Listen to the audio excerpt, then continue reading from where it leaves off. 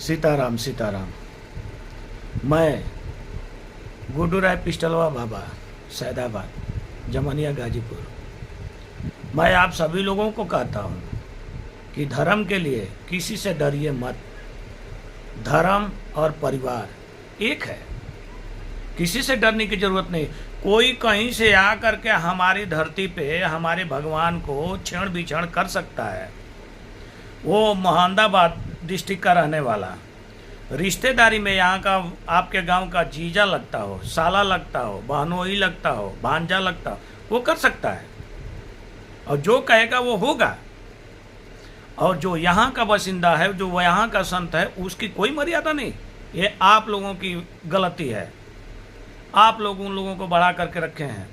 मैं कहता हूँ मैं अकेले हिसाब कर सकता हूँ ये सभी चीज़ का, विपक्ष में कोई ना आए, जो करेगा